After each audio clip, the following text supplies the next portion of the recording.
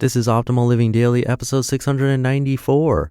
You will never be philosophically fulfilled, and that's okay, by Colin Wright of exilelifestyle.com, and I'm Justin Malik, the guy that reads blog posts to you every day, including weekends, with permission from the authors. And today's episode is sponsored by Talkspace, the online therapy company that lets you choose from over 1,500 licensed therapists. Get matched with your perfect therapist who can put you on the path to a happier life. For a special offer just for our listeners, visit Talkspace.com/old. Now let's jump right in as we optimize your life. You will never be philosophically fulfilled, and that's okay, by Colin Wright of exilelifestyle.com.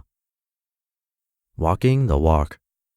In life, you'll come across many people who are adept at talking the talk, but don't even own the right shoes to walk the walk. These people set their standards very high, but in almost every case, fail to measure up to their own standards. This is especially true for lifestyle designers, partially because we set our standards very, very high, and partially because our philosophies tend to change fairly dramatically with great frequency.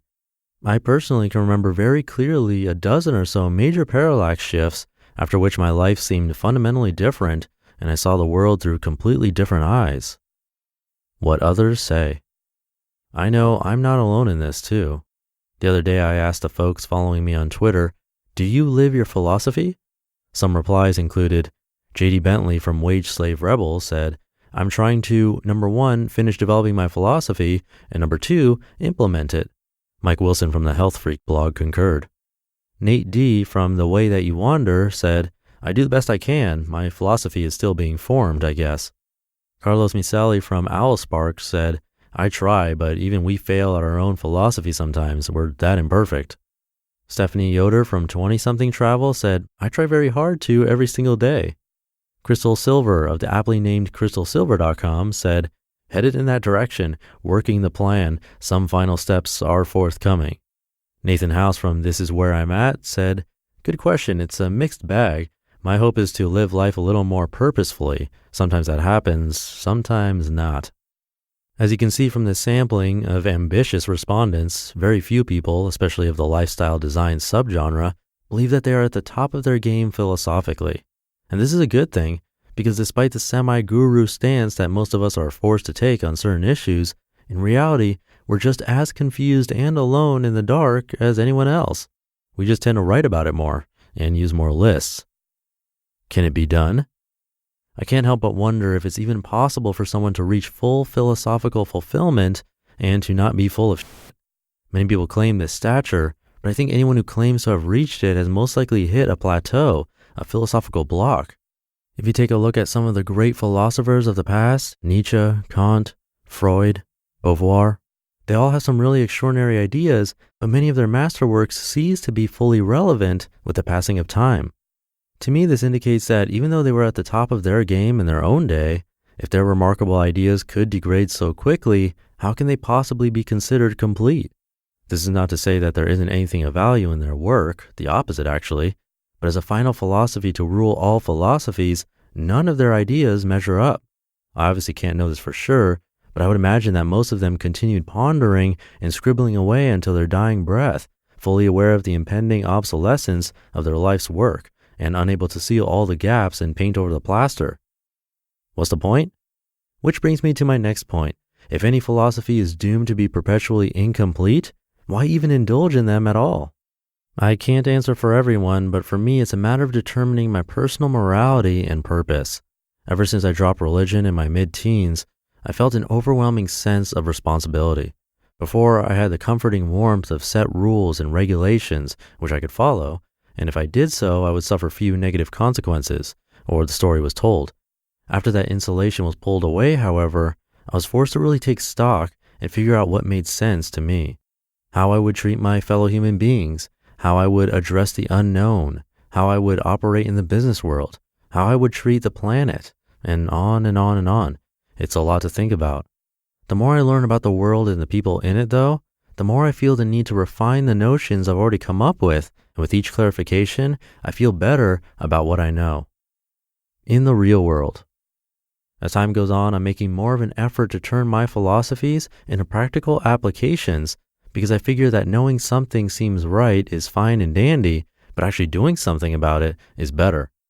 This has already resulted in a lot of strange looks and comments under the breath from people who don't understand my latest attempts to become more minimalistic, or my approaches to relationships, or my views on the business world, but it makes me feel more complete.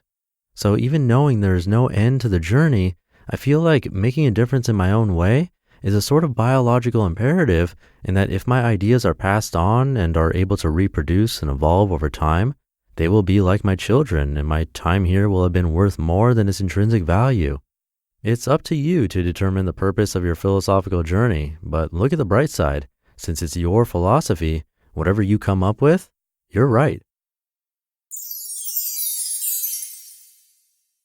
You just listened to the post titled, "You Will Never Be Philosophically Fulfilled," and that's okay, by Colin Wright of exilelifestyle.com. And big thanks again to my sponsor for today's episode, Talkspace. Talkspace is the online therapy company that makes it easy to connect with an experienced, licensed therapist that you pick based on your preferences and for much, much cheaper than traditional therapy. You can send your therapist text, audio, and video messages, which I've never seen with traditional therapy, or you can do a live video chat. Talkspace therapists are fully licensed and go through a rigorous screening process, plus have thousands of hours of supervised professional training. So to match with your perfect therapist, head on over to Talkspace.com/old. As a special bonus just for you, you can use the code OLD to get $30 off your first month and show support for this podcast. That's the code OLD, and you can use that at Talkspace.com/OLD. Thank you for listening all the way through and being here every day, including the weekends. I hope you're having a great one, and I'll be back tomorrow, where your optimal life awaits. Hey, this is Dan from the Optimal Finance Daily podcast, which is a lot like this show, except more focused on personal finance. Justin handpicks the best posts he can find from blogs and authors like Ramit Sethi, Mr. Money Mustache, and more, and I read them to you 5 days a week. So if you enjoy this podcast, come on over and subscribe to Optimal Finance Daily too. And together, we'll optimize your financial life.